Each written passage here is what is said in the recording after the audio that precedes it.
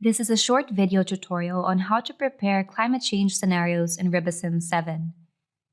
I will demonstrate the process on a ready case of the Virgin River Basin model.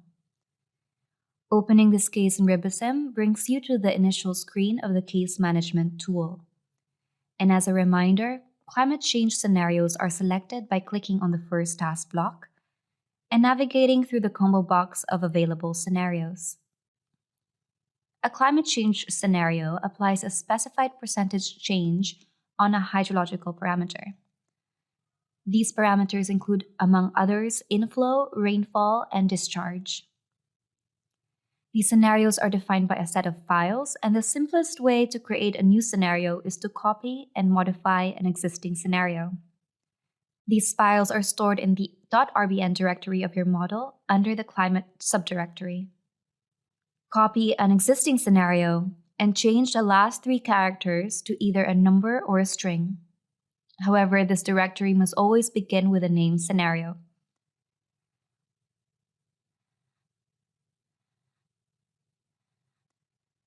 Within your newly created scenario directory, open the directory info file and modify the first line to a description of your new scenario. This description is shown in the combo box when selecting your scenario in Ribosim. Next, open the .ini file and rename once again your climate change scenario. Then we can move on to specifying percentage changes for the hydrological parameters. A percentage change of actual inflow by minus 30% modifies the values within the actual inflow time series file of your hydrological scenario. A single percent change specified in your climate change scenario modifies the values of all inflow series and all time steps uniformly.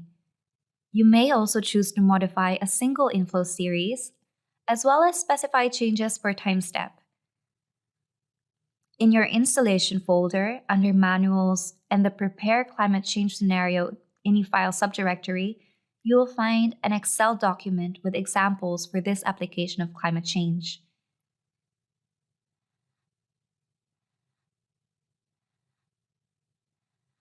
In this Excel file, you can also find the full list of hydrological parameters that you are able to modify in a climate change scenario. More information on climate change scenarios is also found in Chapter 5.2 of version 7.01 of the user manual under Addendum version 13. Finally, we can save our .ini file, and navigating back to Ribosim, the new climate change scenarios should now be visible. Select your new scenario and complete the second and third tasks, leaving all parameters as is.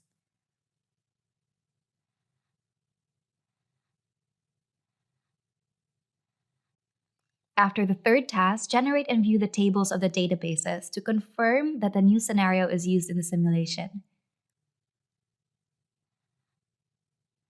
In the log file, you can see that the climate change.ini file is read. On table 1.3, there is a summary of the selected scenarios.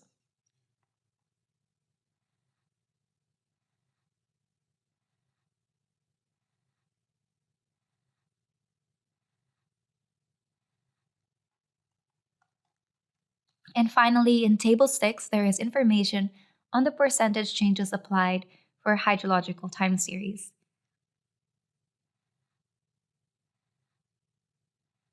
For example, for the actual inflow, we can see that the change for all series and all time steps is uniform at minus 30%, which is what we have specified.